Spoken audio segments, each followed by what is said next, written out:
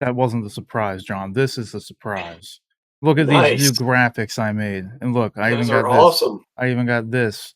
I wanted to surprise you beforehand, but I didn't. I got all Oh, graphics. look at All new that. graphics everywhere. We got one for you. We got one Very for cool. this, everything. This is what I was That's doing awesome. like first thing, like right before the show started, and I was like running a little behind, and then it was like 9:10, and I had to like it was kind of a mess, but I think it was worth it. It all looks pretty good. So we got new That's awesome. graphics. I got my box set there of the Song of Ice and Fire books, notably the two he hasn't finished writing, missing, obviously.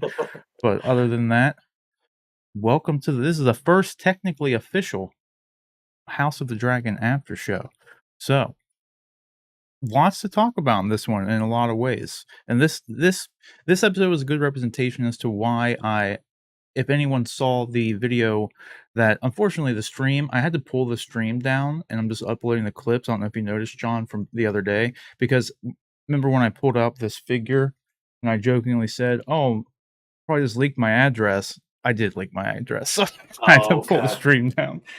So the clips will be coming up. I already got 2 of the clips up from it already, but nevertheless, um, this episode kind of piggybacks off why I was saying I tend to like the world of Game of Thrones more than Lord of the Rings because of all the political drama and everything in this. The characters are much more like humanized, and we got a lot of that, in this episode.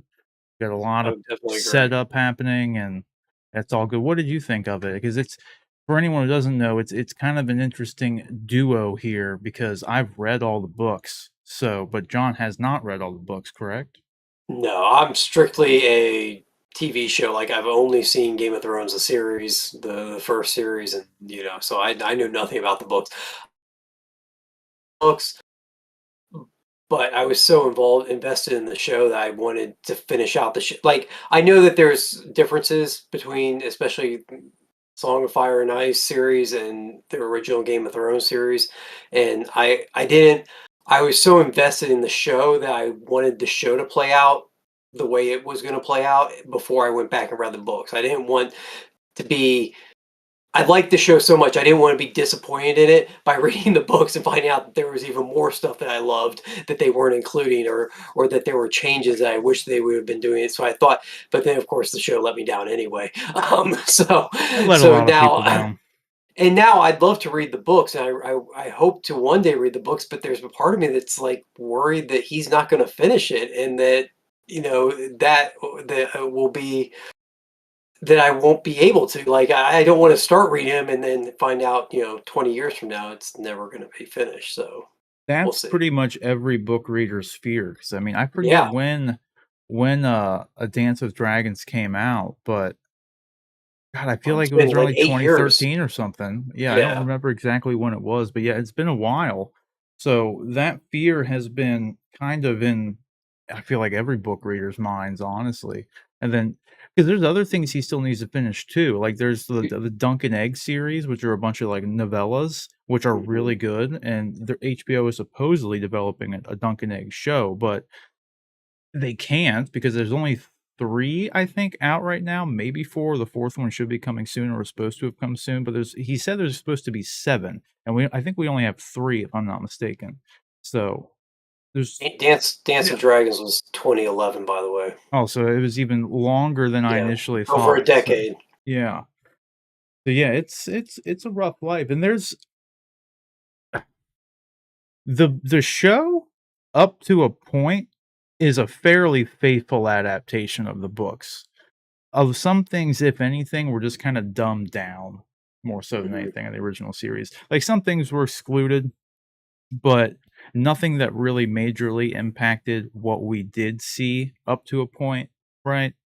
Um, but for the most part, it was a pretty faithful adaptation. It was just essentially I mean, when you actually start when the wheels start kicking, there's a lot they did leave out. Like, there was the whole Golden Company story arc with another supposed Targaryen, king and, Mhm. who was gonna be coming over this is pretty much happens in the last book. They start coming over into Westeros and start sieging, some castles and fortresses and whatnot. And then it's interesting because you know how Varys was kind of like he kind of put in motion the whole Daenerys thing, and then her brother who got the golden crap shoved on his head. He put all that stuff in motion, but in the books, he pretty much has a backup plan, which is this other supposed Targaryen, and all that kind of comes to fruition at the end of that book. But we don't really know what happens with that. That none of that stuff's done. And then Euron Greyjoy and the Greyjoys themselves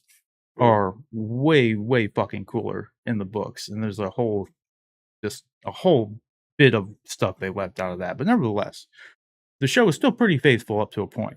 Like last 2 seasons, not so much.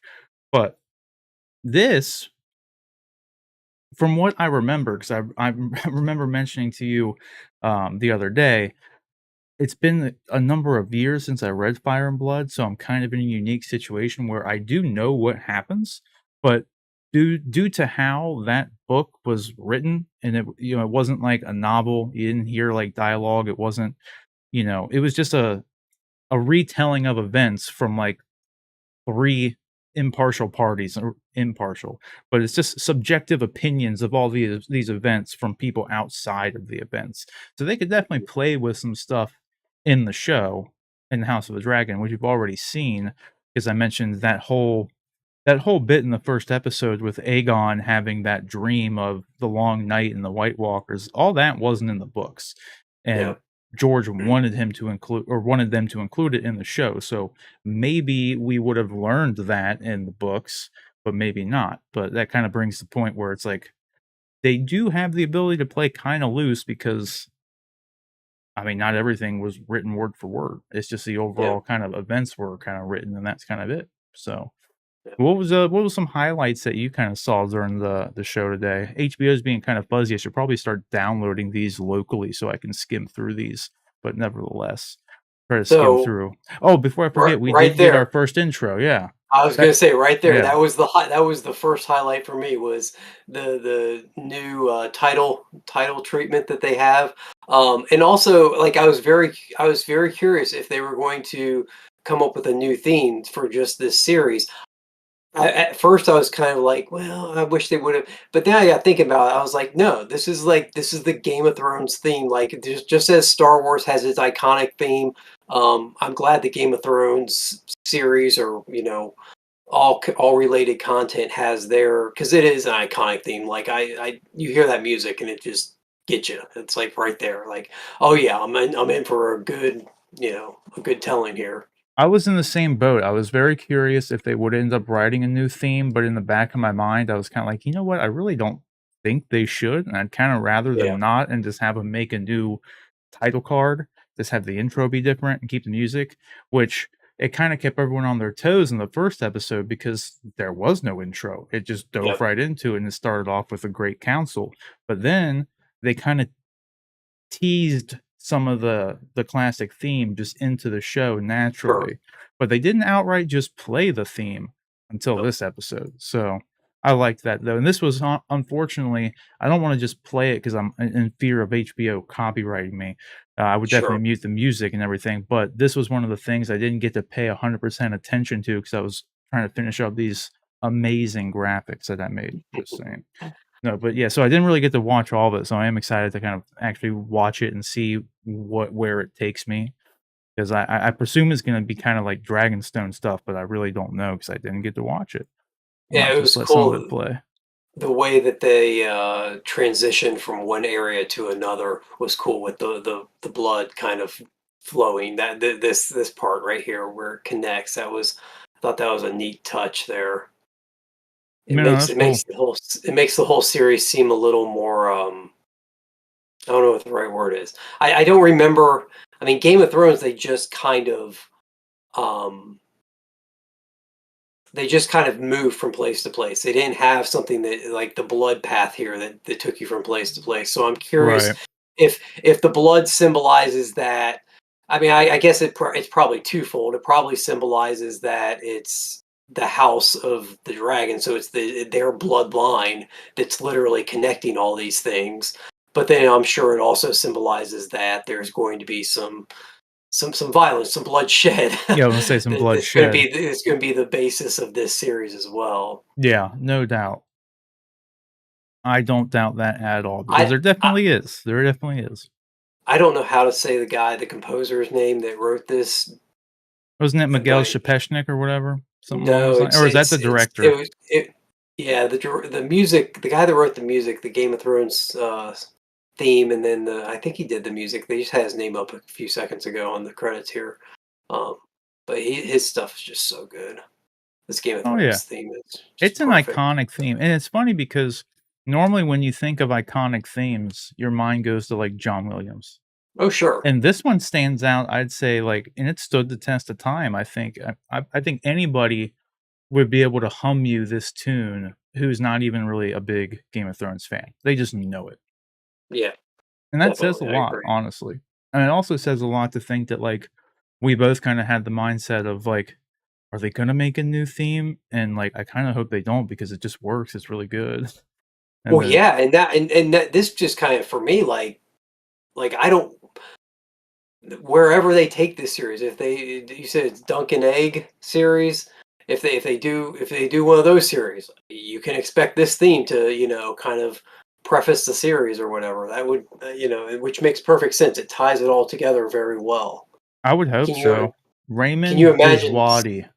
Yes, I don't know how to pronounce that last name. I don't want to butcher it. Mm. Tijwadi. Yeah, he's just brilliant. What he just unbelievable. No, it was very good.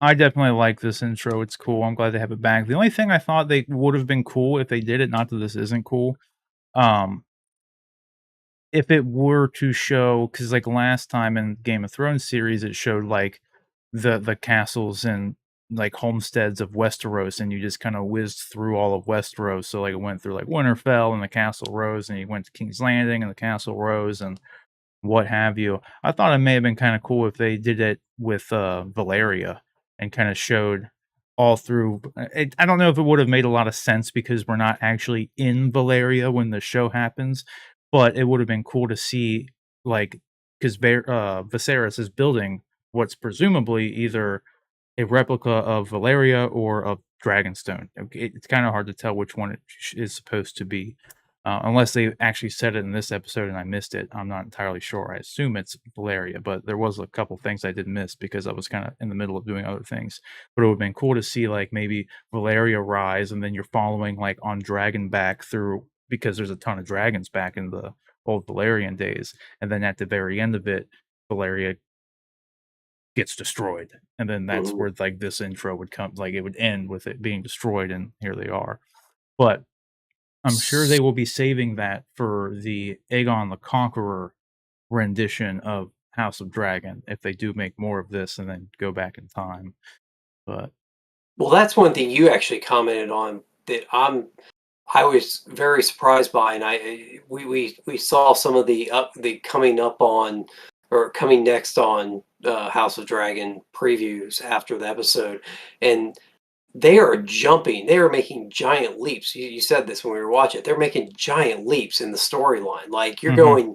you're not just going from the events that happened a couple days ago to now. You're going from events that happened 6 months ago, a year ago. It seems like in some cases, to now. So like they show the king's new baby son coming up on the next Yeah. episode, and it's like, so we're jumping past their marriage, past her getting pregnant. We're just leaping way ahead. Well, let's say even in this episode, when the council first brings up him taking another wife, he says, like, it hasn't even been 6 months. So we've already jumped from 1 episode to almost 6 Almost six months. months, Yeah, it wasn't exactly and there yet, but obviously closer than not. there was the whole or not subplot, but there was the whole plot about his brother having taken over. They call it Dragonstone. Mhm. His brother having taken over Dragonstone. Like, I thought his brother was exiled to Dragonstone. I didn't realize he had taken it over. Like, that was a whole, but like, He I got was surprised exiled to that the they, Vale, is where he told him to go. He told him to go to the Vale with oh, his that's wife right. because You're he right. You're married right. into I forget her name, but the Queen of the Vale at the time, that's who he's wed with, but he obviously doesn't like her very much. Yeah, it was an arranged marriage, not Mhm. a marriage, yeah. But interestingly enough, as far as I knew they were going to be skipping through time in this, because I don't know if you knew this or saw this, but even in the first trailers and everything, there are two different actresses playing Rhaenyra and the Hightower daughter, who I'm blanking on her name, the one that's pretty much getting jiggy with it with the king now. Um, so we have Emma Darcy, who is going to be playing um, the Hightower. Or no, this is Rhaenyra. This is the older Rhaenyra. So in the small, tiny picture, it looked like older Alicent Hightower, and I think this is the younger one. Yeah, so that's younger Alicent. And then where is, because the girl who's playing the older Alicent, I know her from that Norman Bates show, Bates Motel. She played in Bates Motel, and that's where I knew her from. I don't know why I can't. Where is she? Alicent Hightower Young. How is she so far? She must not be in much. Olivia Cook. So she is playing an older version of Alicent Hightower, and they showed all this in the trailer. This wasn't like anything new by any means. And I was kind of worried about that because, quite frankly, this girl does not look that much older than the young Alicent Hightower. Like, they look very similar, man. When at least when you compare it to like Emma Darcy here, who plays the older Rhaenyra, and then you compare her to young Rhaenyra. If I can find the picture, damn it. Like, they do not look like, you can tell that this is a younger version of this person, right? Like, I mean, they don't look exactly the same, but you can tell she's older than her, especially in the show with the white hair. She looks older, not in like a bad way. You can just tell she's older. Yeah. Like there. So that's the older version of both of them, right? But like, I just feel like, I just hope they actually explain this in the show good, and they don't just, because I was worried at first they were going to be doing non-linear storytelling, so we would see Mhm. events happening, 6 years in the future, and then we go back to the past, and like, non-linear storytelling can work fine. Like, it was done very well, probably the best I've ever seen it done in The Witcher season 1, but I would rather them not. I just honestly, I'd Sure. rather it just be a linear story. Just easier for the audience, especially when it's a bunch of characters that no one knows. But I mean, I guess you could say that with everybody, right? Every story, I guess, in the end, is no one knows who the hell they are at first, right? But nevertheless, I hope it's at least explained and it's not just thrown in like, oh, now we're here. There's new people.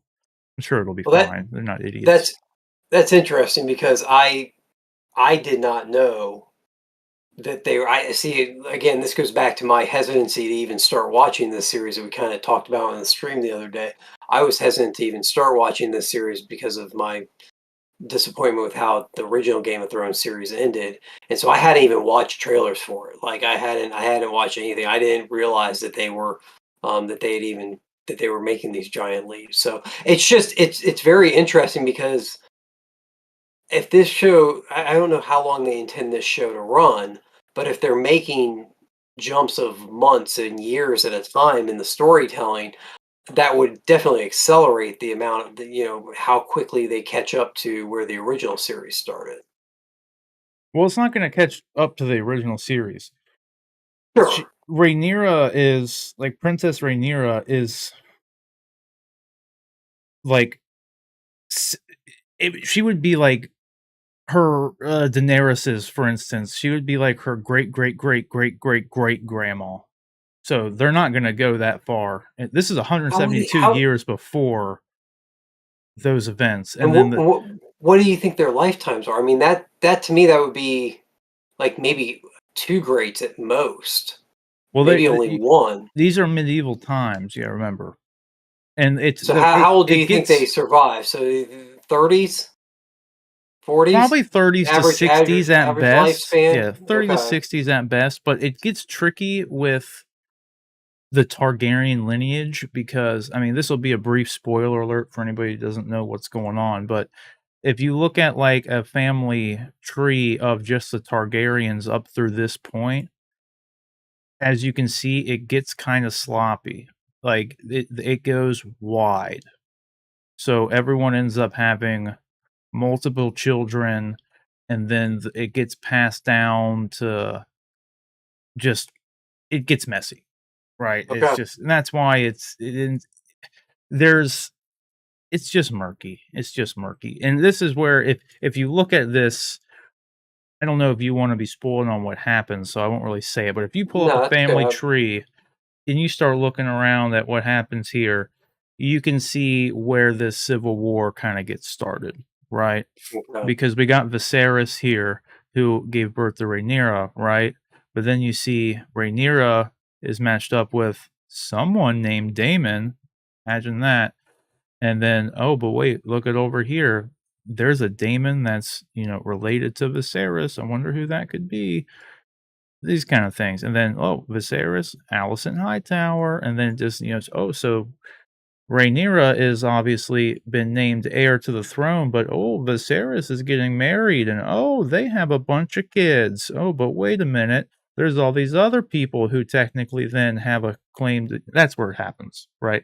This is Okay. where the Civil War happens. It's because the succession line gets really murky, and then obviously with what happened at the end of the episode, for instance, with the, s- I mean, Viserys choosing to marry Alicent Hightower, that pisses off Corus Valerian quite a bit. So much so that he reaches back out to Daemon and pretty much plants the seeds of a little rebellion here himself. Because I mean, obviously, Corus Valerian's whole goal here is one, he wants his shipping routes restored, right? Let me see if I can pull up a map so I can better illustrate what why he cares about this. Let me see. Very while you're doing that, it was very unsettling, I guess, to see how young his daughter was that he was trying to wed to the king. Like very it was like I mean, I know Uh-huh. you think back to but that's where like the age thing comes into play. Like you like medieval times, you're thinking like they didn't live to be in their 40s or 50s too often. But the king here, I mean, that actor sure seems like he's 50s, maybe even, you know, maybe late 40s. Maybe I would he say just late looks 40s, little. early 50s probably, but he Yeah, he could yeah, also be late 30s, because it's medieval times, no modern medicine, maybe they just want him to be about sure. Like 30-ish, they're, 40-ish. yeah, I mean, they are using maggots to try and eat away dead flesh on his hand. So, Mhm. not the most advanced society.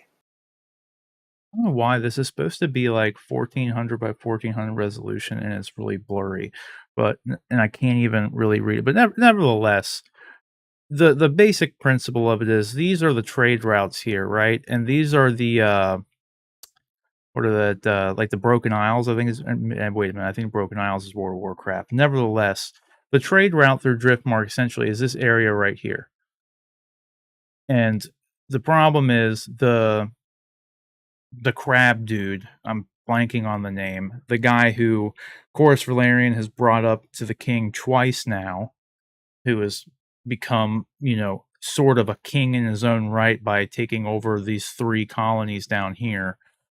He's essentially they're worried that he is going to destroy this trade route here, which you have King's Landing here, and then it's blurry as shit, but if I remember correctly, Driftmark is, like, somewhere down in this area. So with this dude kinda claiming all of the area around here, he can disrupt the trade from Driftmark, which is where Corus Valerian gets all his money, and it goes all the way up here to King's Landing. So that's why he's all pissed off about all this happening and no one doing anything to not allow it to happen, because if this dude can block off these trade routes, not only does it destroy his income, but it destroys all the goods and food and whatever the hell they're raiding up with King's Landing and all the rest of Westeros, so it's just Yeah. problematic, but For nevertheless. for the purposes of House of Dragons, are the disputed lands, is that what they're referring to in House of Dragons as the free lands, what do they call them, the free colonies? Yeah, that is, pretty much everything on the right. Okay. Yeah, so Westeros is everything on the left, and then like Essos and all that stuff is essentially what is not under Targaryen and Targaryen rule, and it's not a part of Westeros itself. So Okay. that's everything over there. And then if you remember in like the original show, Arya kept talking about wanting to just sail out. I think it was east. Yeah, what's east of Essos? I think is what she always said, or something. Can't remember the exact line, but essentially everything out east over here, a lot of it has quote unquote been undiscovered, right? It has been reported by anybody from the west in Westeros. No one's ever gone out that far. So they really have only gone as far east as Essos down here. And that's pretty much it. So Okay. Dorne is down here. So that's the Sea of Dorne. So and goddamn, it's just so blurry. I can't see which. I suppose Driftmark is probably up in this area. It's so blurry, I can't tell, and I can't remember because, like you said, the last book came out in 2011, and I Yeah. haven't read the books or seen the original show, which never really spent too much time on a map. But it's been some time since I've read all these books, so my mind's a little bit fuzzy on all of it, which is kind of fun because that's like I was saying, I'm kind of in an interesting position here because even though I've read all this stuff, it's been so long that Yeah. it's kind of new.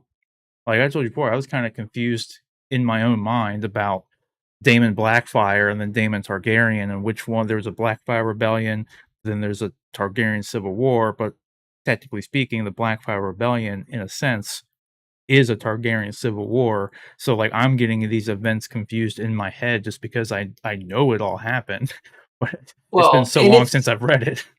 and that's one thing I will say about Game of Thrones. It is not the easiest. Even the original series did not make it. There were I had to watch the series every episode a couple times to really, I think, feel like I had a real good understanding of what was going on.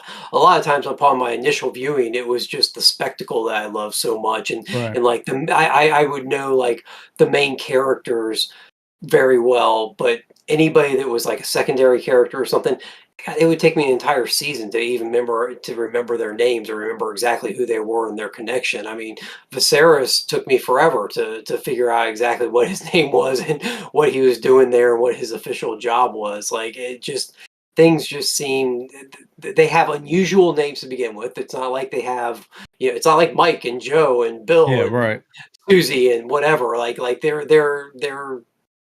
I don't know what the right word is. They're unusual names, I guess, in the first place. And then you have people using the same name over and over and over, like, Yeah. and so like that gets very complicated as well. Like which character when they say this name are they referring to? Are they referring to and their great grandfather, or are they referring to the current prince? It just things get confusing a little bit, but Oh, no doubt, and a lot of them are just similar, right? Like, if we pull up the family tree here, there's, uh, even though it's a J, there's Jacaerys, but then there was also Jaehaerys, who yeah, was the initial king in the big council who passed over, damn it, see, now I'm blanking on names, Rhaenys, right? So you have Rhaenys, who is, uh Rhaenyra's aunt, who is the queen who never was, but then you have Rhaenyra. So you have Rhaenys hmm, and Rhaenyra just right there alone. But then you yep, have there's a Daemon over here. There's a Daemon over here. Viserys, Visenya. There's yeah, Aemon. There's Aegon. There's Baelor. There's Baelon. Like it's like they're all very similar names. And then half the time yeah, you get there's Aegon the third. So there's just three Aegons during this only this period of time. Like this is yeah, only I think this family tree doesn't go up to where Daenerys is born. It doesn't even have her dad on it. So this only goes up to Maelor. It doesn't have Maegor, or was Maegor before that? I can't remember. I can't remember. It gets blurry and because this is not even the full family tree is my point. Like so that's why it gets I wouldn't fault anybody for not being able to remember this. And then eventually you have some instances where like they're not even fully Targaryen, like Rhaenys mother was a Baratheon, wasn't, and they even have a name that sounds like Targaryen names because it ends yeah. with like a Y and everything. So But yeah. Now, Allison, and that was something I wanted to ask you about last week because I wasn't quite sure.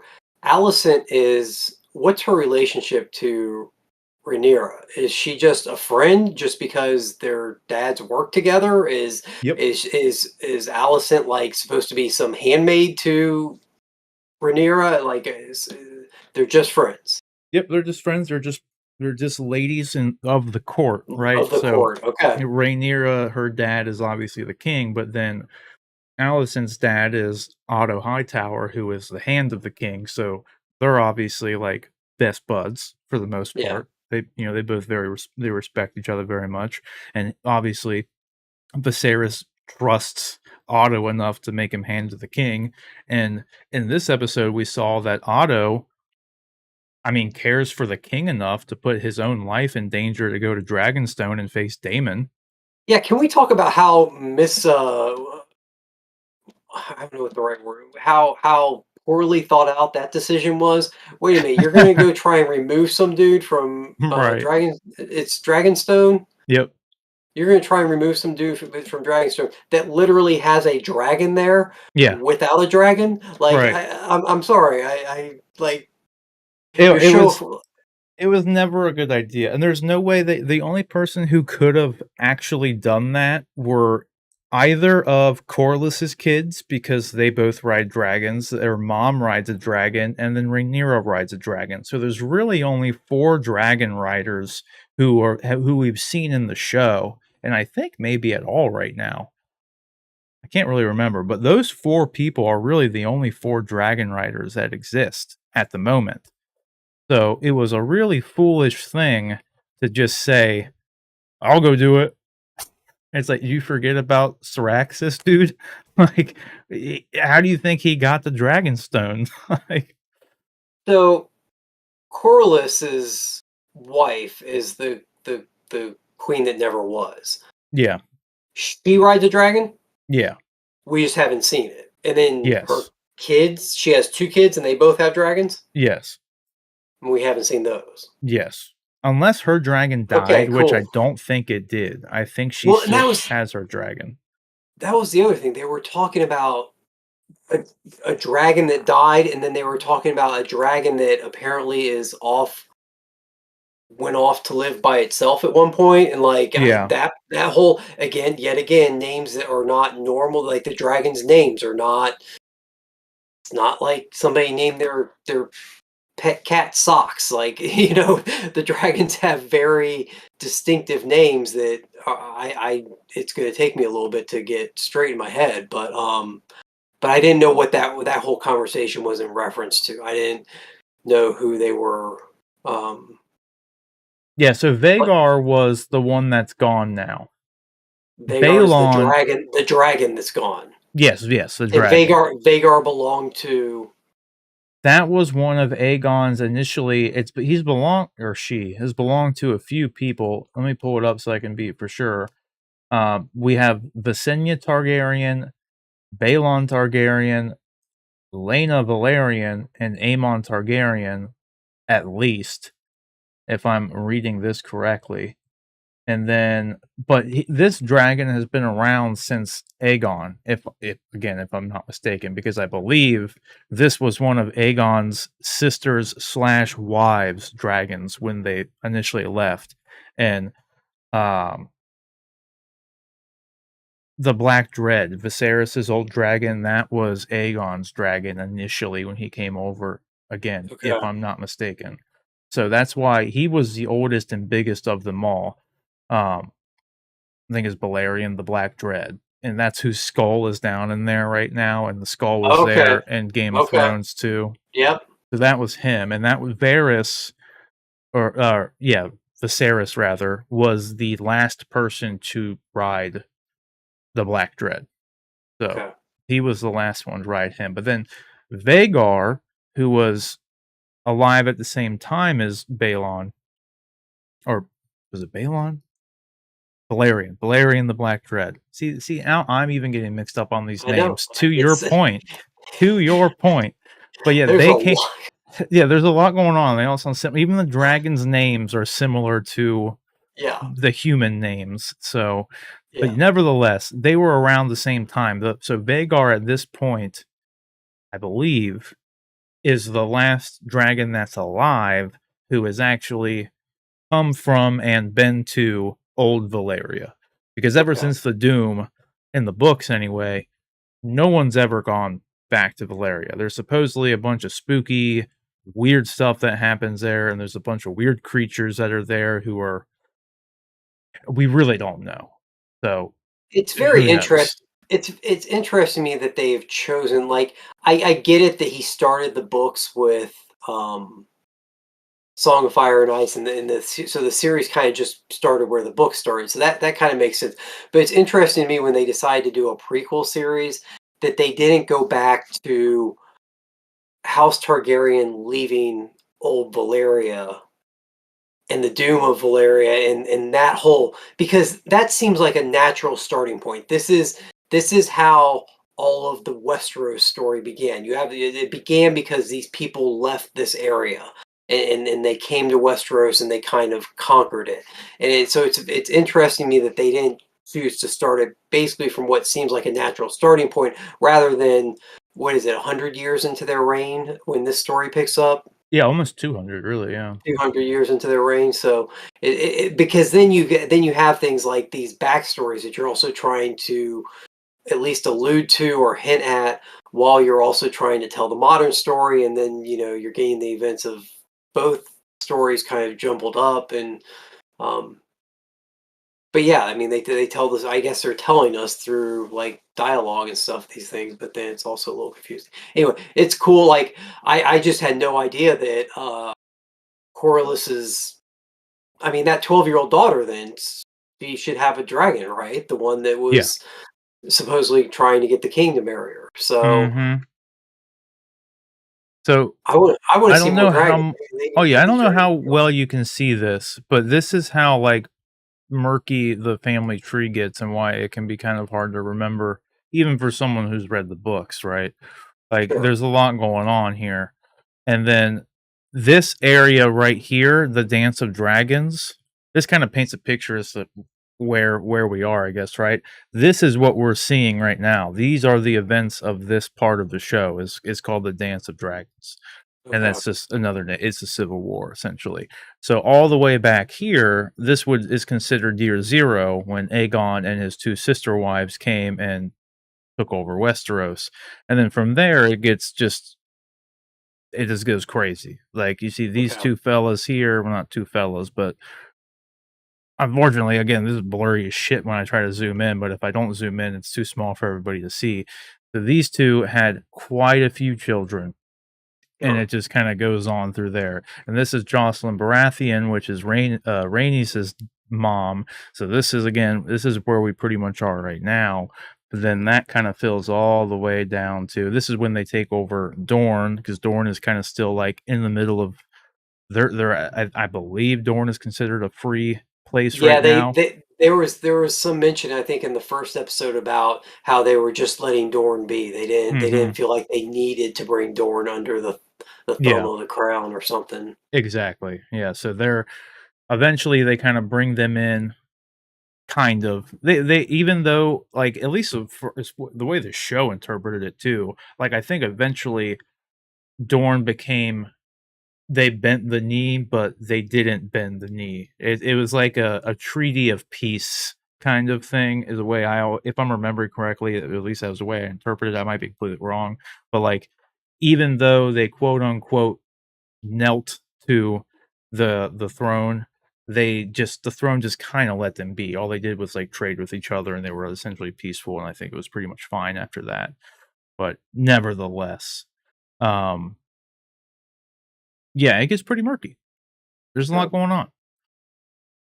But yeah, I forget where I was and why I initially wanted to pull up this family tree. I think I had a point, but I don't know if I did. I Yeah, I mean, I don't know, I was asking about the dragons, and I don't know. We've kind of gotten off on a tangent a little bit, but I think that this will be the first of many tangents that the show prompts us to get off on. Oh, yeah, Um, we were kind of talking because that's where I said the same thing to you though, where like the only thing I can think of as to why we were talking about why they did this instead of starting with Aegon's conquest. That's right. Yeah. I have a couple theories. One is that the Aegon's conquest would probably require a much bigger budget potentially because they'd have to determine if they wanted to start with Valeria, did they have like were they going to actually show how life was in Valeria before Danny had the dream of the doom of Valeria? Are they going to build up Hmm. to all that and then that be like the first season and then it ends with the doom of Valeria and then the second season picks up with Aegon's conquest? Or are they just going to start the show off immediately with the doom of Valeria and Aegon and them leave and land in Westeros, and that's the end of the first episode. And then we see, how they build King's Landing up and Dragonstone, and then go take over Westeros. I don't know. There's a lot that happens in there, so I don't. Maybe it was just like there's just too much, and given how Game of Thrones kind of ended, and they didn't really know how people were going to react, right? Like, it's like is no, no matter what anybody thinks about Game of Thrones, it was and still even despite the last two seasons, it's still pretty much the biggest and quote unquote best television series as far as capturing a global audience. Sure. Like nothing comes close to it. Like it's like we said at the beginning of the show, everybody could hum you that tune, even if they're Hmm. not someone who's going to do an after show about each episode, right? Everyone Yeah. knows the tune. So it's either it was just gonna be too big and it was too, like, quote, unquote, "big of a risk" for them to actually do all that, whereas coming to this section, which is a little bit more familiar timeline-wise, because you have you know, the throne is there, the Targaryen rule over Westeros is there, you have the other 7 kingdoms, it's all there, there's a lot of familiarity, like, we saw Stark, we Sure. saw Baratheon, we saw all of it, and then having the big, like, climactic thing be this big civil war, I mean, that kinda writes itself in some ways, like, that's an entertaining show just in its own right. So, that the weird thing is while they were shooting the pilot for this, they actually shot a pilot starring Naomi Watts that they ended up canceling after the first Heard pilot, that.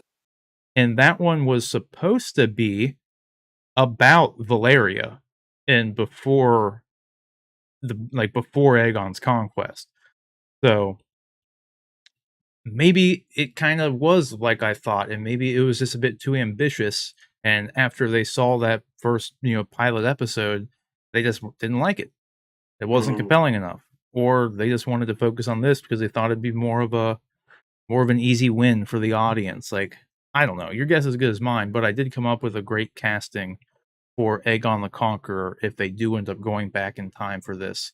Can't remember if I may have told you this when we talked about it before, but if they do go back and do if this is successful, which it probably is going to be, assuming they don't somehow fuck it up, um, if they do end up going back and retelling all these other events, and they tell the story of Aegon the Conqueror and whatnot, you get Henry Cavill to play Aegon the Conqueror. We've already seen him with long white hair because of The Witcher.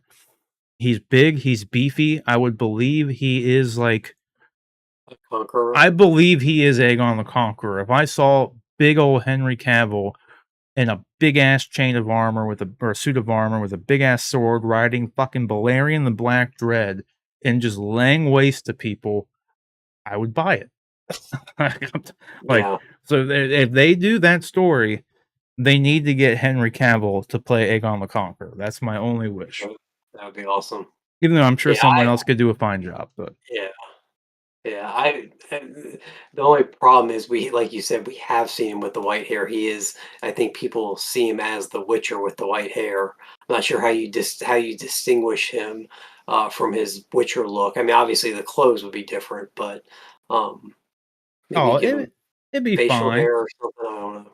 They could give him a beard if they wanted, but, they Yeah, don't I mean, people don't look at The Witcher I know it's like the white hair thing, but he's an actor, like, he's also Superman, And it's Huh. like I still believe, even though this is why he's a good actor, right? I can watch him as Geralt, and And I not don't, see Kal-El. I don't see Superman, I don't see Henry Cavill. Like I just see him. Yeah.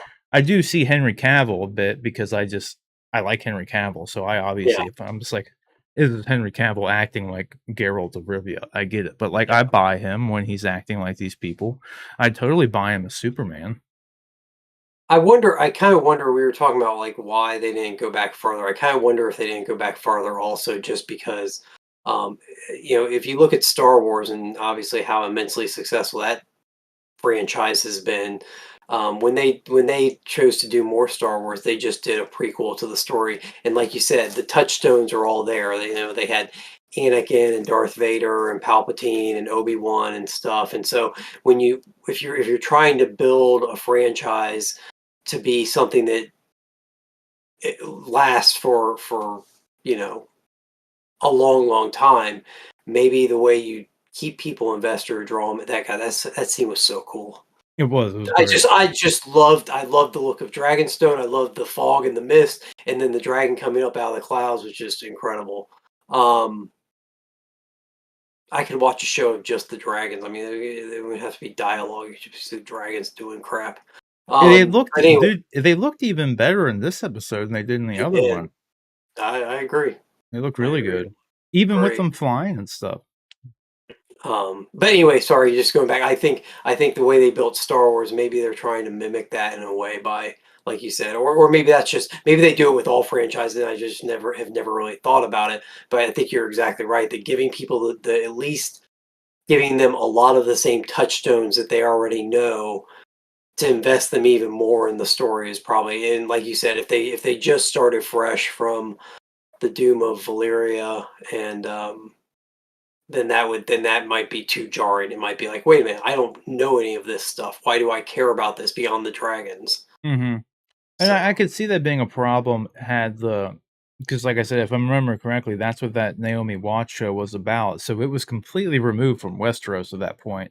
So they were in mhm. Valeria, which even in the books we've only heard stories about. We don't know anything about like how it was, right? Like the only thing, if they did, to your kind of point though, since you want to see a bunch of dragons, if they went back to old Valeria, that's where all the dragons are.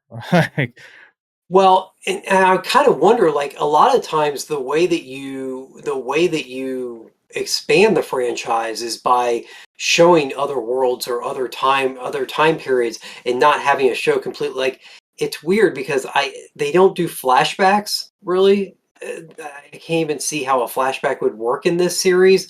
Um, But it seems like if you're ever going to do a show about Valyria, like the ideal way to at least introduce the concept in the world to people would be through like maybe a flashback scene or something, just to give them a taste of what it was like, but not a full investment in like a series, like you're saying, like they were trying to do.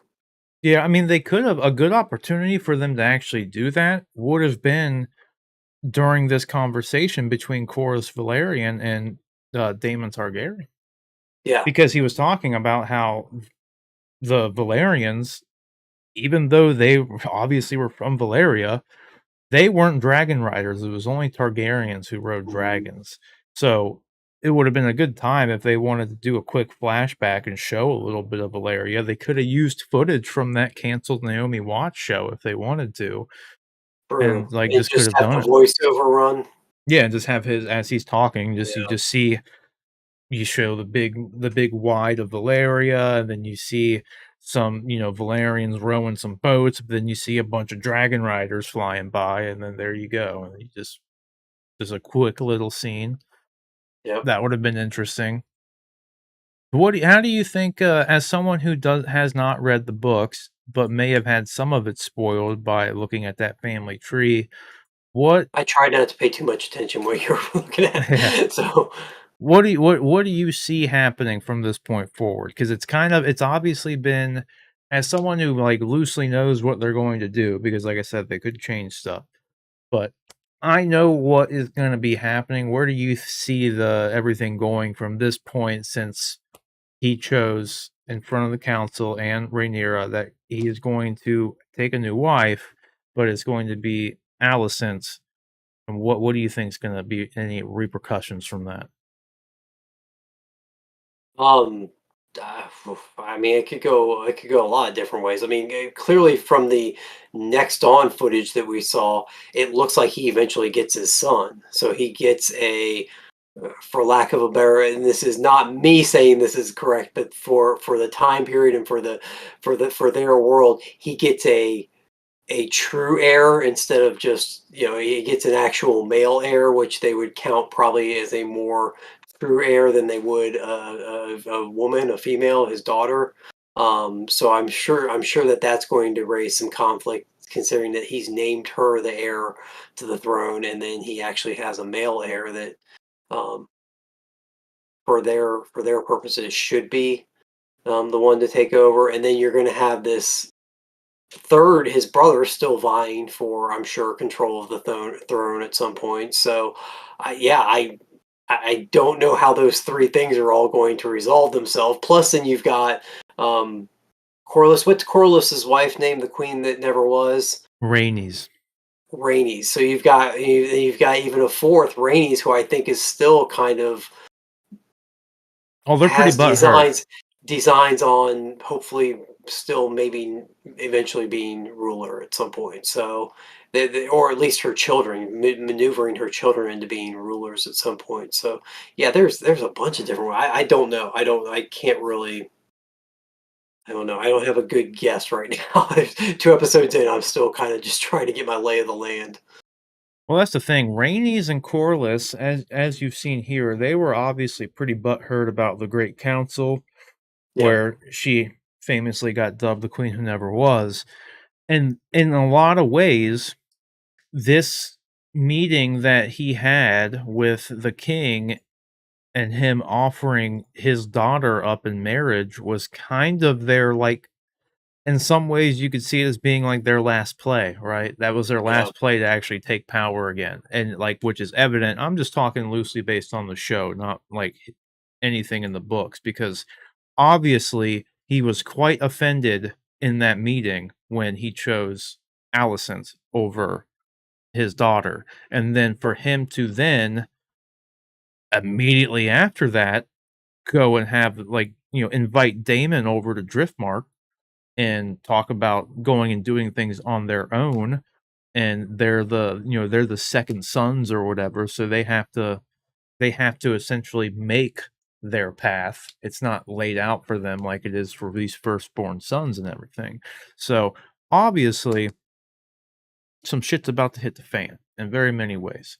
And then if you actually go back and watch some of those trailers, you'll see, like, this is not a spoiler again because this is in the trailer, but there's, like I mentioned before, you have the older version of Alicent in the trailers. You see her grab a dagger and run at uh Rhaenyra here, and like literally like runs at her with a fucking dagger. So obviously, their relationship yeah, falls apart yeah, at some point. Yeah, some stuff happens here, obviously, yeah, because, and you have to think it's kind of expected in a lot of ways because it's a direct conflict with them as friends, because now at this point, Rhaenyra was pronounced heir to the throne, and she had the conversation with her father, like, you know, it's for the good of the realm, essentially. Like, you're the king, you still have to look strong, you have to put the realm first, you should take another wife, obviously. Now, in the back of her mind, she's obviously thinking this is going to be Corliss's daughter, and it wouldn't be anything that she has to worry about for at least 4 plus more years because she's only 12, wouldn't do the dirty until she was at least 14 supposedly, but I'm sure there might be a little bit of leeway there if that were to ever happen. Because Viserys really didn't seem too keen on being with a 12-year-old, bless his fucking heart, thank God. So it probably would have waited a little bit longer, and that was probably what she was thinking in the back of her mind. So then immediately after that, they go and have this, small council meeting, and oh, by the way, I'm going to marry your best friend, who yeah. is also the daughter of the hand of the king. So, if they end up having children and she does have a son, she knows it's gonna put her in a very awkward position with her father and Alicent because, like, now she has to consider the fact that, like, well, what if Alicent 'cause there's probably so many, like, things running through her mind right now, right? Like, she has no idea whether or not Alicent wants this or if Alicent was blindsided by this herself.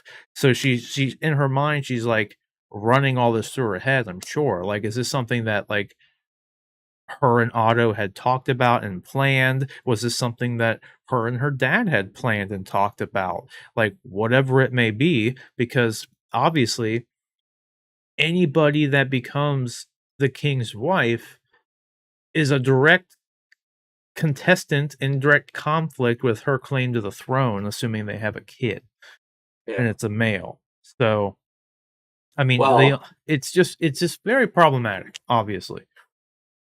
and obviously this is what makes the show so good is that the conflicts and the fact that I think it, it ended up hurting the show, but you don't always get happy endings, which is fine. Like to a certain extent, it's fine. Obviously, they went a little overboard with it, in my opinion, in the final of Game of Thrones. But anyway, all that being said, they're clearly setting Rhaenyra up as qualified, if not overly qualified, to be the next ruler. I mean, she already at her young age is finding ways to resolve very complicated and very tense situations in ways that benefit not just herself but the kingdom as a whole. And so they're setting her up, and knowing that she is probably out of what we've seen so far the best bet to or the best choice to rule. I have faith. I have. I'm pretty sure she's not going to end up ruling, or at least ruling for long, based on what happens. Because George R. R. Martin doesn't seem to let things play out the way that would be best for everyone involved. It seems to always have a little touch of I don't know what tragedy to it, I guess. Yeah. So Well, that's a good bet. And I mean, like, again, my mind's fuzzy, so I really don't know if this is 100% spoiler. So this might be wrong, this might be right. I genuinely don't know. But what I think is gonna play out mainly based on trailer footage I've seen, right? Because there's you didn't, like, know this, but there's footage in the trailer that shows flash forwards of the older Rhaenyra with older Damon, but it's still Matt Smith. They didn't get a new guy to play him. But, like, they're together, so presumably they get together because Targaryens are with they're all about that incest and keeping their blood pure because I don't know if you knew this or not, but, like, not everybody can just go ride dragons. That's why there were no no, Valyrians that yeah, rode dragons, and it's yeah. supposedly, like, the Targaryens literally believe that they were descendants Of of dragons. dragons. Yeah, so, like, Well, that's and they they even say if the blood flows through their veins and they like, it might quite literally be a literal sense. We really don't know, but and they I mean, they literally have powers that come from their like, they can't get burned. Like, they showed the scene, obviously, Dany from Game of Thrones walked through fire, like, she was didn't get burned, and then they showed the scene last week of the king, like, running his hand through the flames of the candles and, like, Mhm. not getting burned. So, like, they I mean, I don't think that that's obviously it would be millennia ago that the line would have split or been Yeah. been evolved from dragons or whatever. But yeah, that I get that. Yeah, and it's kind of that stuff is a little bit different in the books, if I'm remembering correctly, but that has obviously been the interpretation that the shows have been giving, like, to your point, just, like, very in a very obvious nature, right? Like, Daenerys literally can get burned alive and nothing happens to her. But, like, in the books, there's evidence of, like, Targaryens have actually given birth to in the past, have been given birth to children who, like, had dragon-like features, like, they were covered in scales, and they had, like, wings at some points in times, or these things on them that looked like wings. So there's definitely something going on with their bloodline for sure.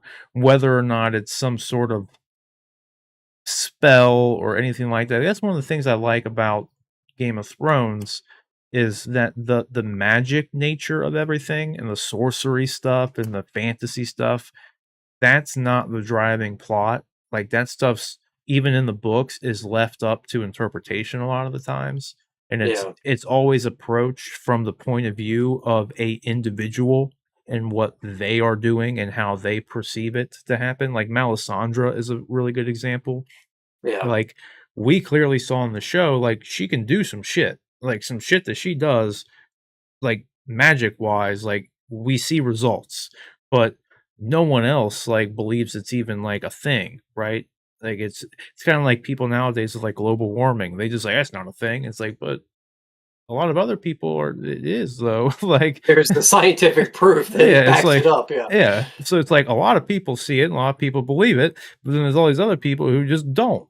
And that's kind of how it magic and that kind of stuff has always been in the books. And I like that because that's like the big difference between like Lord of the Rings and this, right? Lord of the Rings is super high fantasy. People are like Gandalf will do magic shit all the fucking time. Everyone knows it's Sure. gonna happen. Fine, it's Gandalf. He's a wizard. We get it.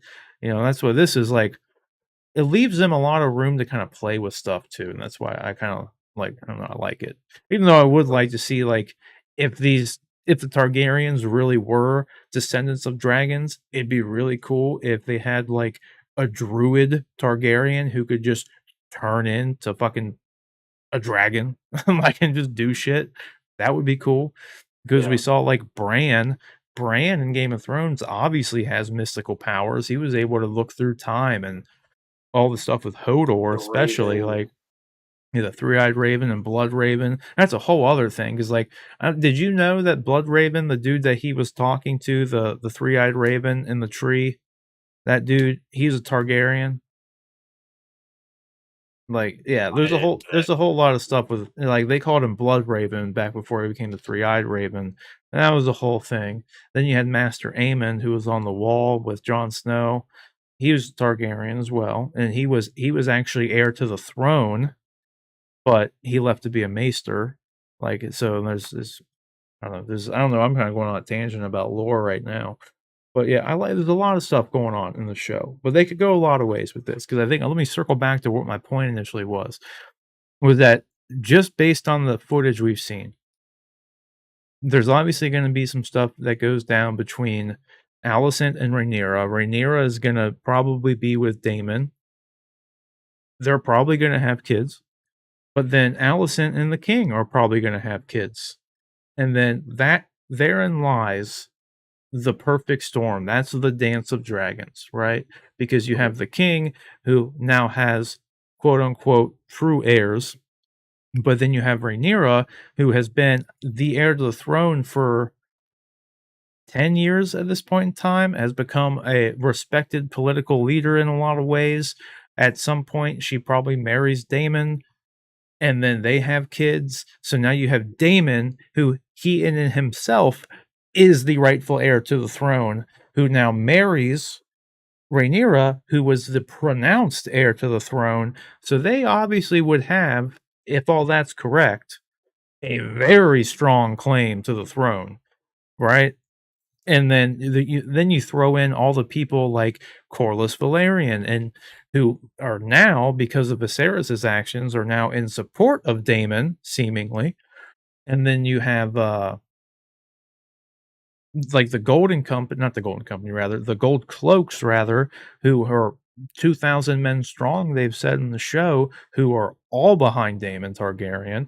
Now Daemon takes over Dragonstone, and we already know all the other leaders in the kingdoms of like the Vale, even though that's Daemon essentially runs the Vale because that's where his wife's from. But you have um, Storm's End with the Baratheons and Winterfell and all these people. They don't want to see a woman on the throne, so they'll obviously once Rhaenyra marries Daemon. Well, now that's a relationship they can be on board with, right? So they're going to be in full fucking support of that, whether or not it's they don't care who they're going to recognize at that point. It's like if they're kneeling to Rhaenyra, they'll just in their mind they'll kneel to Daemon. It doesn't fucking matter. So like everyone's going to be totally on board with that, but then eventually Viserys and Alicent's kids will be born. They'll grow up, and then then there's gonna be some little bit of murkiness. That's my loosely where I see everything going, being someone who read the books and can't really remember the books. I was really just Yeah. going off of everything I've seen in the show. I'm not lying. Even though, like, I know some things are gonna happen, but I based all of that just off of stuff you see in the trailers that I inferred from just the trailers. I know it's kind of hard for anybody to say, "Well, how could you just infer something if you already know it?" You can, trust me, because I completely forget everything that happens in the books, I promise. Mm. Ah, sorry, had to take a drink there. But yeah, so what at 2 episodes in, how do you I know this is an unfair thing to say, obviously, because it's 2 episodes versus 7 seasons or 8 seasons. You didn't like the last 2 seasons. When you're watching this, does it feel like you're watching Game of Thrones? Are you enjoying it as much as you Oh liked Game yeah. of Thrones when you liked it? Yeah. No, I mean, you kind of talked about earlier, like that was one of the most brilliant things that I think of Game of Thrones did. Game of Thrones, that first season of Game of Thrones gave you just kind of a medieval show. Like they didn't really jump into the fantasy aspect of the show until the very end of it. I thought that was just such a clever way to kind of sneak people into a fantasy series by giving them this really cool action political intrigue show for almost the entire first season, and then at the end of it, they talk about in the first season of Game of Thrones. They talk about dragons. I think I have a point here. Let me see if I can get to it. They talk about dragons as kind of these mythical creatures that don't really exist anymore. And so you kind of wonder if they ever truly did exist in Game of Thrones.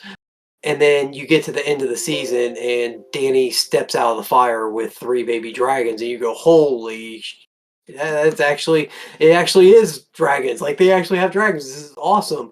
Or if you're somebody who normally wouldn't watch fantasy, I think you're kind of like, "Oh, well, I'm already invested in these characters, even though I normally watch fantasy, I'll go along for this ride." So I thought it was a very clever way that they did that with the first season of Game of Thrones. Now we're fully established in it, and I like so it feels like Game of Thrones. I like the fantasy aspect of it, but I also think that they're doing just such a great job nailing the political intrigue and stuff, and not making it boring. It's still pretty confusing.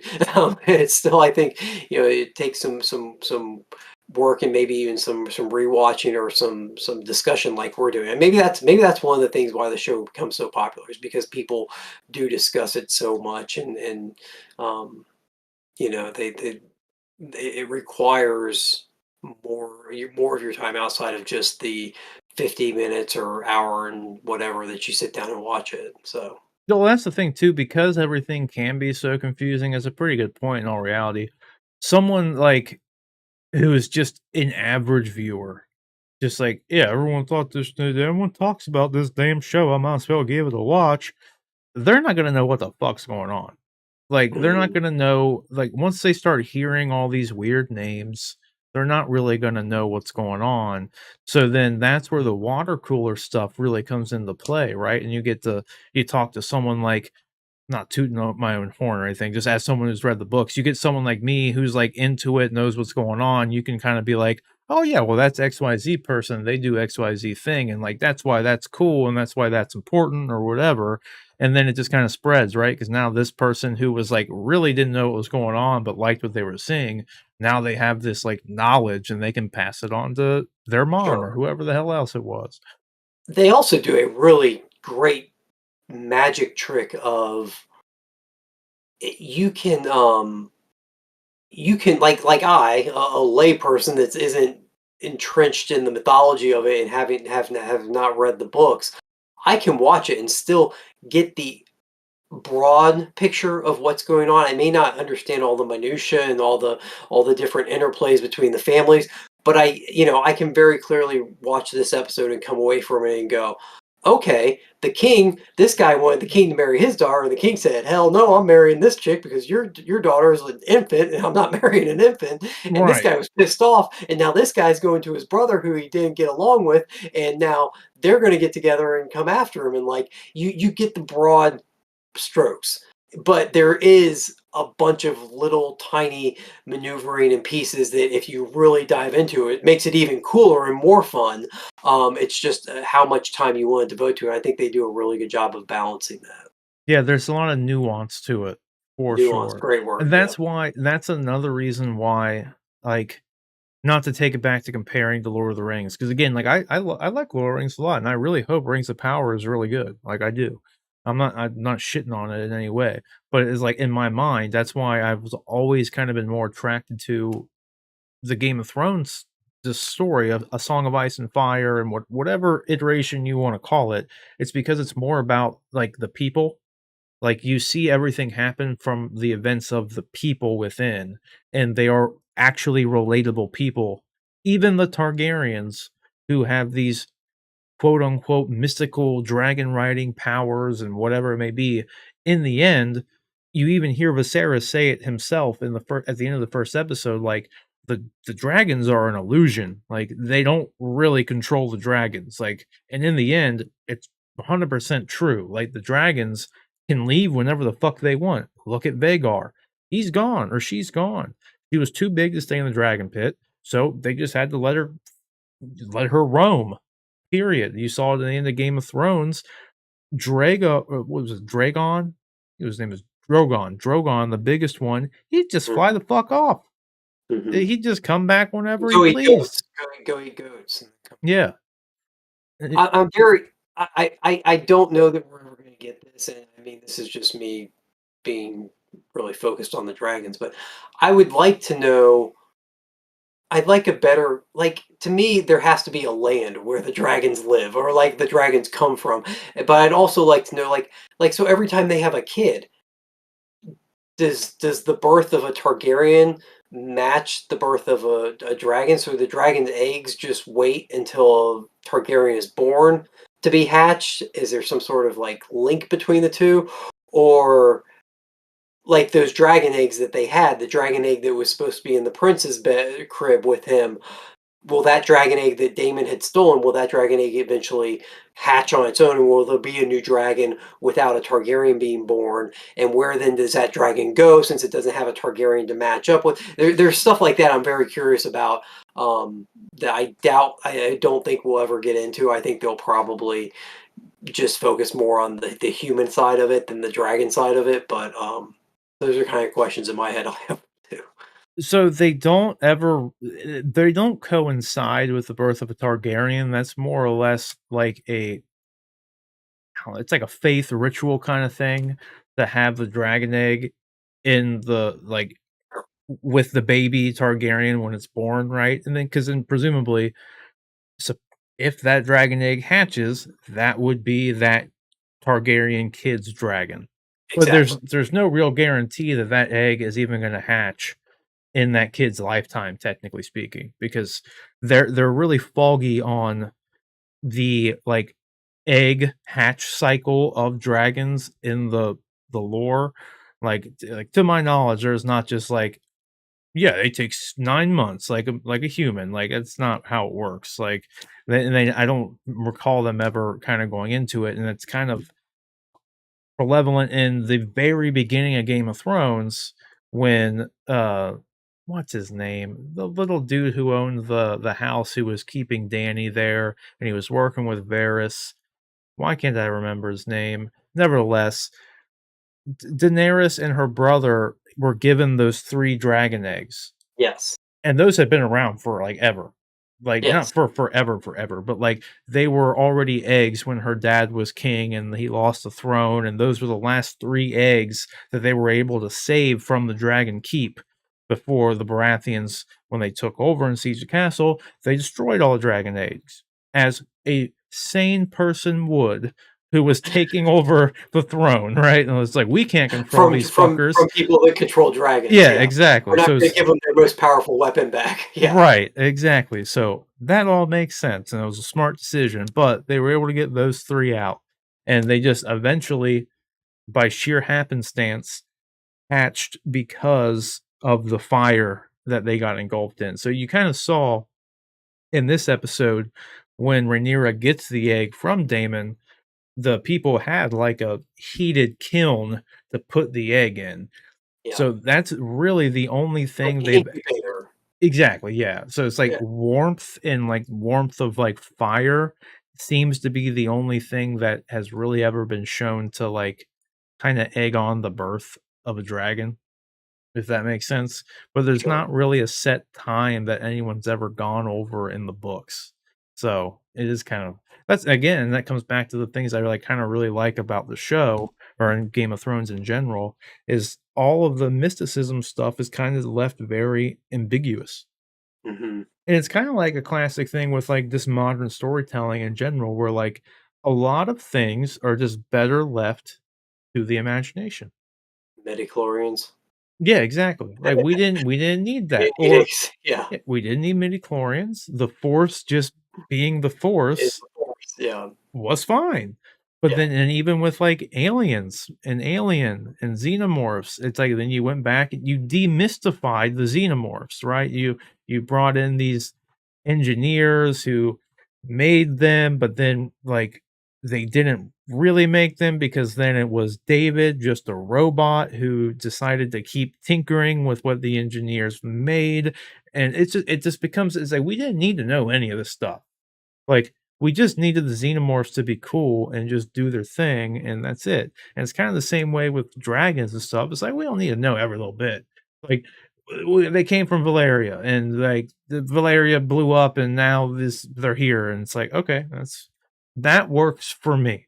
Like, that's all I need. Same with like the faceless men who Arya trained with, the assassins. They don't really get into any of that shit. Like, that's left very loose and, like because a lot of that stuff man, if I remember correctly, they, like, really I don't remember them going over that a lot in the books at all. I think they went over more of that in the show than they did in the books. Because I Mhm. think the last thing they leave with Arya, I think sh I might be mistaken, but I don't think any of that stuff played out in the books, at least like it did in the show. There was a lot more stuff in the original books that, like, happened with Jon Snow and Beyond the Wall. Like, there's a lot left out of that, but nothing crazy by any means. But, like, they never got to the point where Jon Snow gets reborn. Like, that shit didn't happen. Unless I'm forgetting more than I thought I was forgetting. Yeah. But nevertheless, I'm liking the show so far. Oh, definitely. I Yeah. think it's great. Yeah. So, I'm you got curious. anything else you wanna talk about? Anything left on your No, mind from it? I'm curious with these large jumps in time. I'm curious if they have a. I know that I saw something. I can't remember if it was one of the after the episode looks on HBO or if it was um, an article I read. I can't remember. I believe they said that they know what the ending of the show is. Um, Yeah. so I'm curious if they also have an idea like this is ideally a 4 season episode, and so when they're making these big time jumps, they're not just kind of arbitrary. They're doing them because they know they're hitting these benchmarks or these points in the story, and there's a purpose behind them, um, because they are kind of feels like we're missing a little bit, but that's okay. I don't feel like I anything like I said. Damon took over Dragonstone, and I wish maybe I had had a better idea of how or why he. I know why he did it, but how he did it, or like whether it was actual conflict or whether or not he just landed his dragon there and walked in and was like, "Hey, I'm going to be here now," which Right. maybe kind of sounds like. But anyway, it would have been nice to see that, but I don't need that as long as they keep the story progressing the way it is and told the way it is. But if they start jumping over stuff and then it becomes confusing or you're spending your time going like, wait a minute, why is this happening? Then it can start to cause issues. So I hope that that isn't the case. I hope that because they do have the ending of the entire series in their mind, that they can then benchmark where they need to be episode to episode, season to season.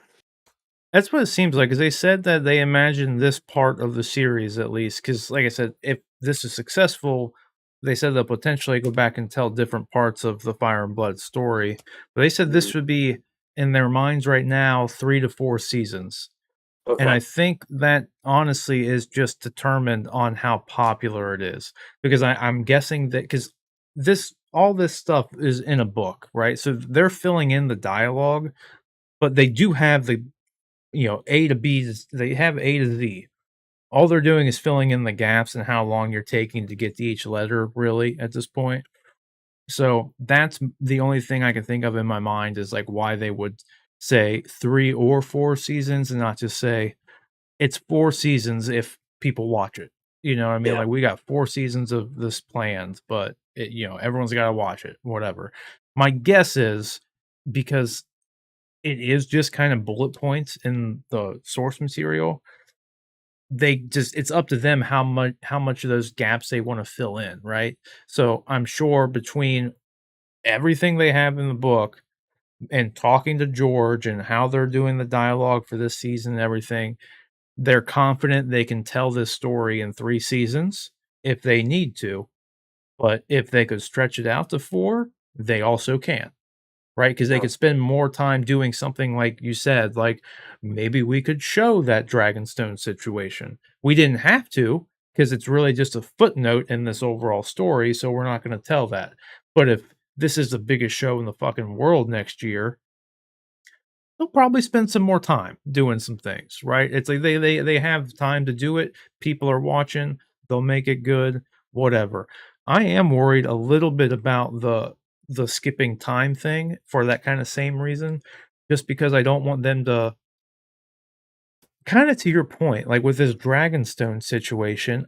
Even as someone who read the books when he said that he took Dragonstone, I couldn't remember who was currently seated at Dragonstone at the time. So I don't even know, as someone who knows what the fuck's going on to some degree, if that's even a conflict, which I guess is good because it makes it be I might not see this coming, but like I can't even remember if that's a thing, right? Yeah. Like, because we were watching Dragonstone or Game of Thrones rather, Stannis Baratheon was at Dragonstone. That was where he was sat at, but that's obviously not what's happening now. Like, but after the Baratheons took the throne, Robert appointed Stannis at Dragonstone, and that became his seat. And I can't remember for the fucking life of me who was there during this time period. Like, just completely out of my mind. But like, it's the same concept with them going to be replacing the younger actresses with the older actresses, and I worry that maybe they are skipping too far ahead without Mm. filling in some of those gaps, because like we know that's actually happening in the first season. Like at some point they're making a big enough time jump to where they're changing actresses.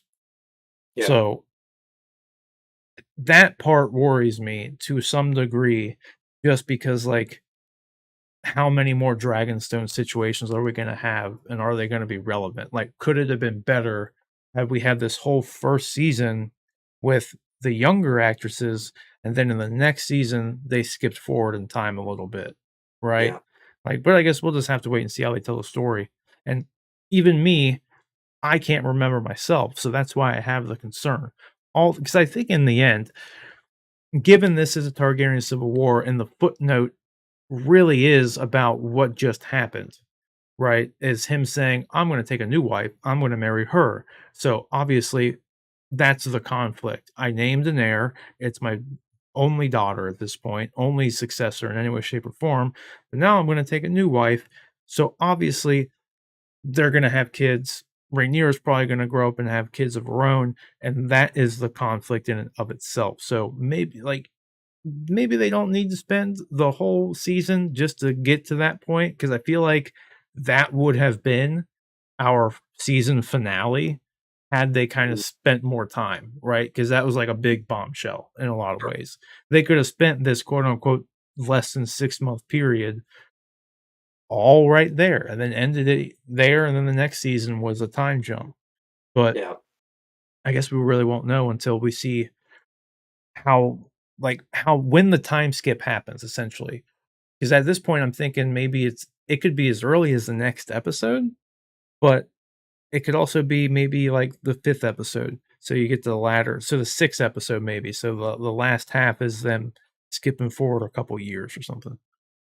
It also sets it, especially if they make a big jump in time, kind of what they it seems like they're alluding to with the previews, to like they're skipping an entire pregnancy. If they make another big skip after this episode into episode 3, you're kind of establishing a precedent for the show that each episode is going to give you a snapshot of time before and then jump ahead again Yeah. for the next episode. So then it's going to become kind of jarring if they ever feel like they need to pull back and spend more time within, a certain time frame with this at a certain point in time. If they need to spend 3 episodes, if there's a big battle that happens or something, or if there's a cascade of events that happen that all need to be addressed in multiple episodes, but they all happen at the same time, then it's just gonna be interesting to see how they juggle it. They're setting an interesting precedent with the jump so far. No, I agree, and that's the thing. Like to what I was saying before, I would hate to see it be a situation where they just skipped forward too quickly, Yeah, and like, yeah, it's like we really could have. Like this was a little jarring. Like I don't want to feel that. Like to your point, we're skipping an entire childbirth. yeah, So we're skipping 9 months just in the next episode at some point in time during that episode. yeah. So it So, appears at least. So we'll see. yeah, well, I mean, it was in the preview for Yeah, next week. there was just one shot in the preview that made it look like what's her name, the king's new wife, Millicent. It looked like there was Allison. Allison. It looked like one scene where maybe she was pregnant. I don't know if they're going to make a jump within the series, I'm sorry, not within the series, within the episode, which they haven't done yet. But it looked like there was one scene, but maybe I was just misinterpreting. I mean, it might have just been a weird cropping of her, and I just. I thought I saw Viserys holding a baby in Oh, the you did. preview. No, you definitely did. You Yeah, yeah, definitely did. yeah. That's why I was wondering if maybe there was a jump within the episode too, Yeah, that's what I'm or and thinking. so. But yeah, no, Yeah, I that definitely. That's what I thought as well. I thought they were saying, "Look, this is his new heir," or this is literally there was the child there then. But that's what I got from it. Like yeah, whether or not that's right, I'm not I don't know, but that's what it seems like anyway. So, good old little Aegon the Second, I think, if it is. I think his firstborn is Aegon.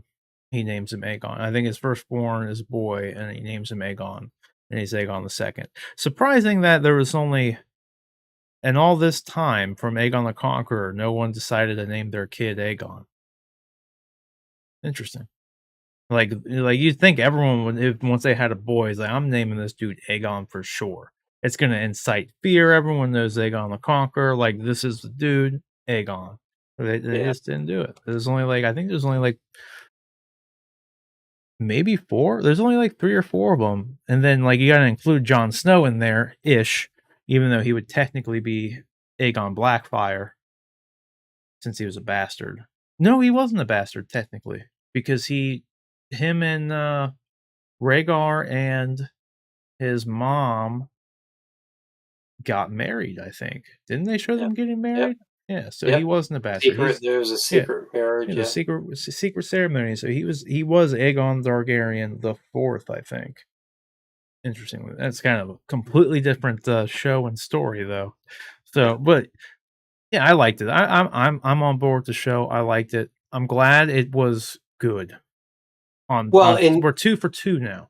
exactly. That's the thing. Like it would have been easy for them to just kind of throw some Game of Thrones tropes into a first episode and have that be, an entertaining episode out of the gate, but then fall flat on their face in episode 2, and they didn't. Even though this one didn't have, I felt like this one didn't have as much of the action. It was much more the political aspects of it and the political maneuvering. There was kind of the tense standoff between the two dragons and the Damon and Otto. Rhaenyra. Oh Well, yeah, and Otto, Rhaenyra. yeah, Yeah, and then Rhaenyra showing up. So there was a little standoff, but there wasn't a full-fledged like action scene that really in this one that I felt like there maybe was in the first one. So even without that, it still was just an excellent episode. again, dude, that's what I'm really happy to see because my biggest concern, honestly, especially given the nature of these books just being like little stories told by third parties, that we weren't gonna get a lot of good dialogue and good character interplay, and it was gonna kinda just be jumping from one set piece to another set piece, and you really don't grow attached to the characters, you don't learn anything about the characters, when that's all Game of Thrones is really about, is the characters and the political intrigue, and I like that even though they have skipped forward in time, I honestly, this kinda goes back to what I was saying to you last time we talked about this, it was the other day. All of these characters, which might kinda lean into why they chose to tell this story over a different one, all of them you can draw parallels to someone in Game of Thrones with very easily. Like, Mhm. Rhaenyra and Alicent's relationship, as we first were introduced to it, was very similar to Arya and Sansa. Otto is very similar to, why am I blanking on Jaime's dad's name? Tywin Lannister.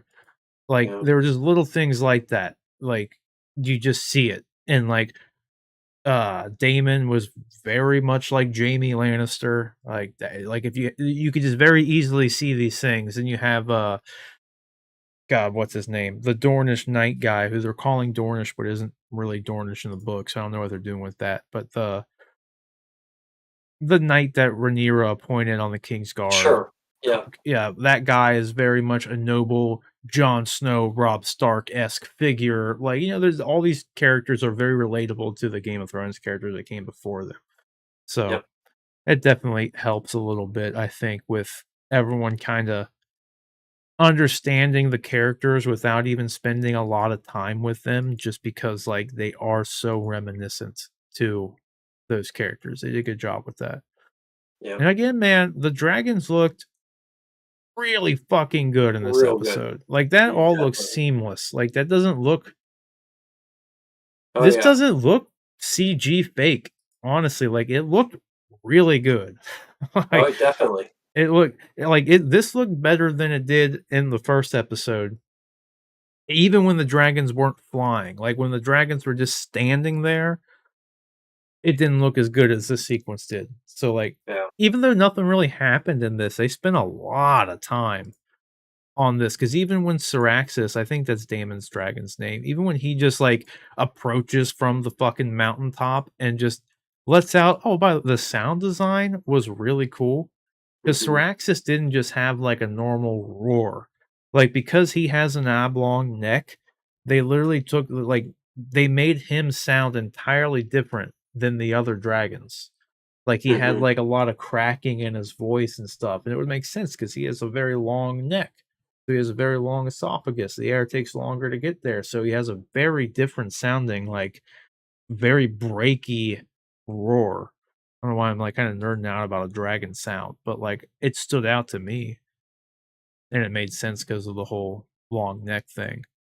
You know Sure. what's funny too? We didn't really talk about this, but we kinda saw it in the first episode. In the books, one thing that George was kind of unhappy with the original Game of Thrones series, was that they didn't have as much color in, like, the armor sets of people, and, like, the dragons all were, like, very distinctly different and vibrant, and, like, you could tell them apart very easily with what he had in his mind and how he perceived them, and, like, you kinda saw it in the first episode, you had the High Tower Knight that Damon called out, and he had, like, literally on his helmet, he had the peak of a castle on the top of his helmet. It was, like, little things like that that they didn't do in Game of Thrones that they did in this, which I like, but, I mean, it's probably just because the success of Game of Thrones was just so good, and George is, like, directly hands-on with this season.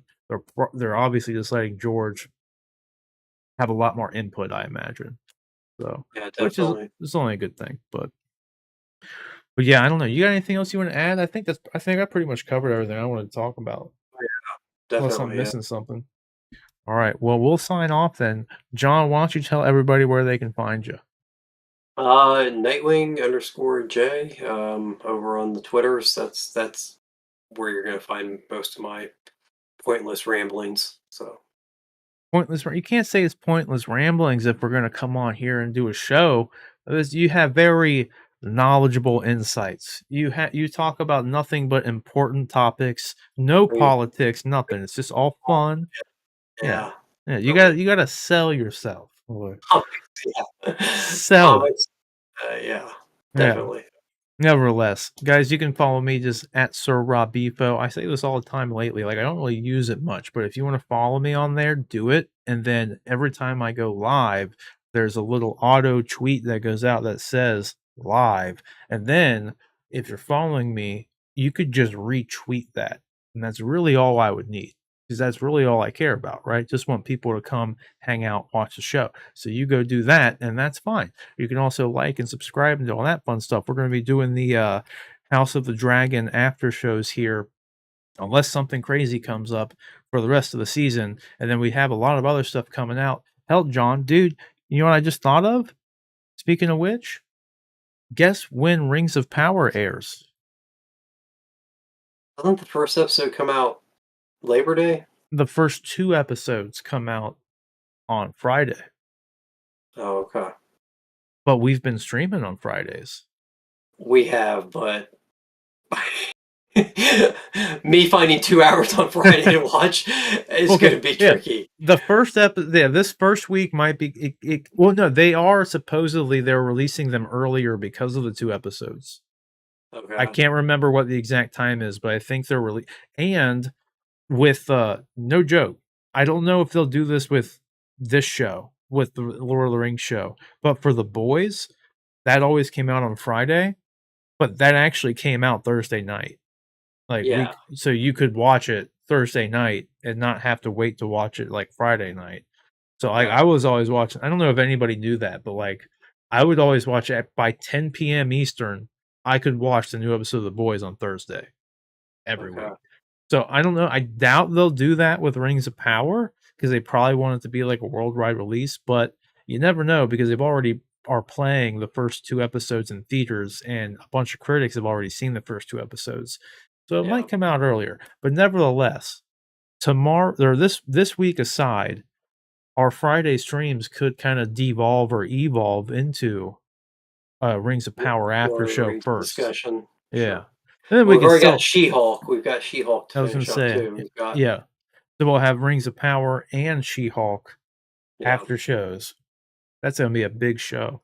We're gonna run out of time to do anything else. I know, that's what I was gonna say. I was literally just gonna say, like, I'm never gonna be able to open these damn but you know what I Yeah. did find though?